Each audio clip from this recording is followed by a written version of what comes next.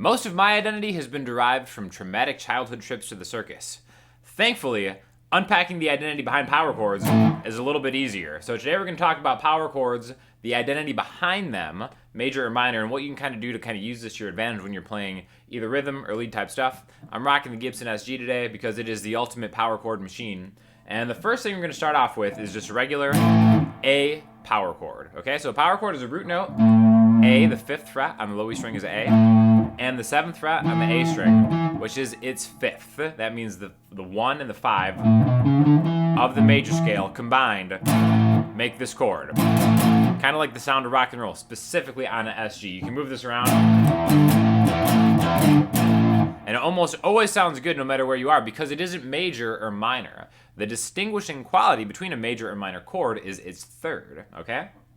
So we're going to make this power chord even beefier by adding the octave of it. Again, 1, 2, 3, 4, 5, 6, 7, 8. You've probably already played this chord a million times. 5E, 7A, 7D. Gives you this real thick, chunky power chord sound. Now, this in and of itself, again, isn't major or minor, but in any key, there's going to be a major or minor identity behind these chords, okay? So, if you've ever played bar chords, you know what that means. In a major bar chord, you add your middle finger to the 6th fret of the G string. If it's an A minor bar chord, you're barring the 5th fret, so that G string is the 5th fret. So this determines the identity, major or minor, behind this power chord. So, what you can do is, depending on where you are in a key, which we're going to get to in a second, you can kind of add that in a different way without really totally messing up the power sound of that rock power chord. So one example we could use to practice this is maybe doing this like, I'm getting the 5th fret power chord, open 3rd fret power chord, to the 5th fret power chord, then I'm just really going to grab that minor 3rd, the 5th fret on the G string. By itself, it's just the minor 3rd of this, without really making this a minor chord, but we're implying, or really just kind of like announcing, the identity of this power chord.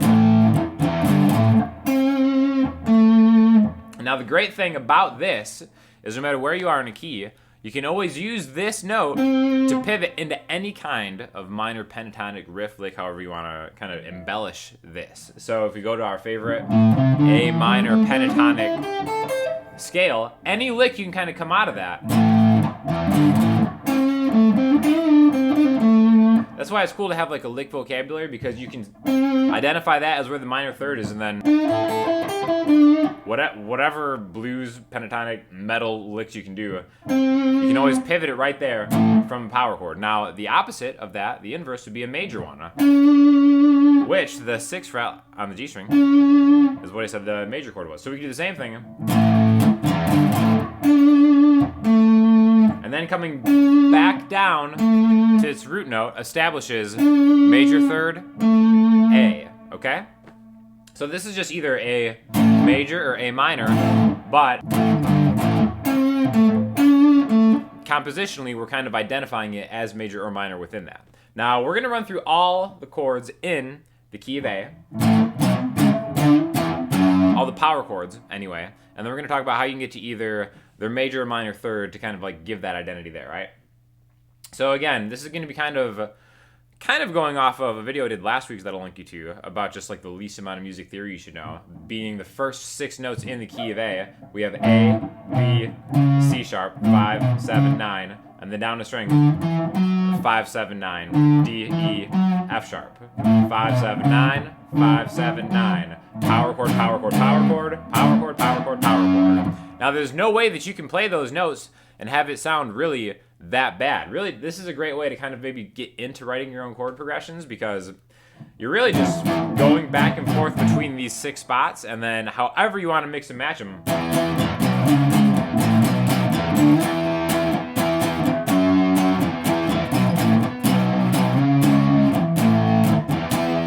Any combination of those is going to sound, technically right like chord progression. And really, if you're just getting into this for the first time, just start mixing and matching them however you want.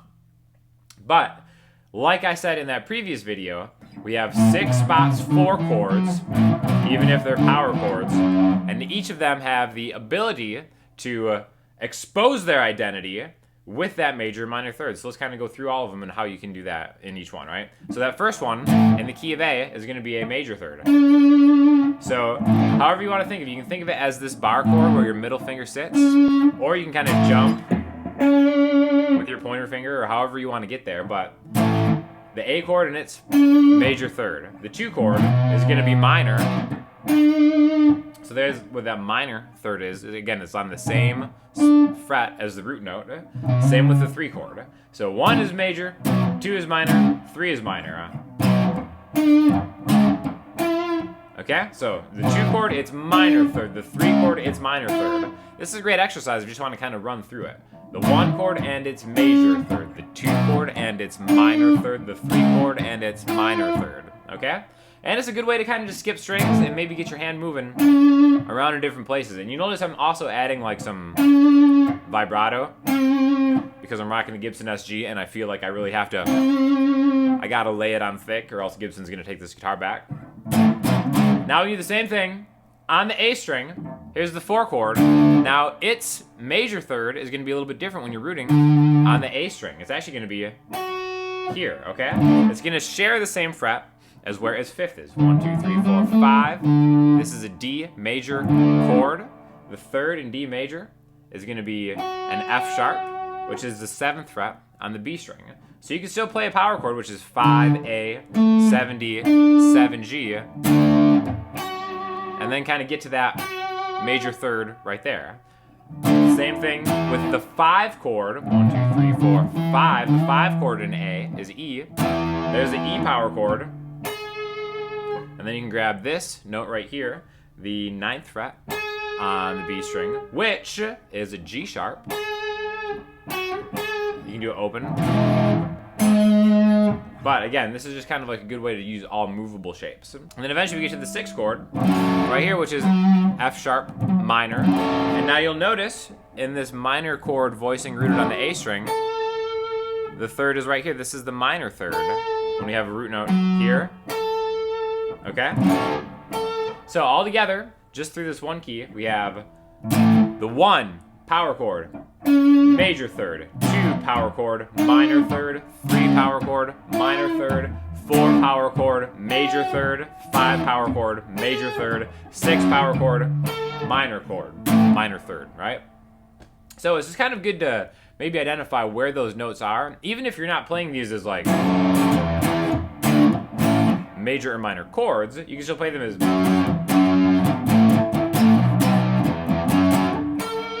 It's always good to kind of know exactly where those are because you can really just kind of throw in little notes to make riffs or licks out of them. Specifically, again, when you're rooting on the E string,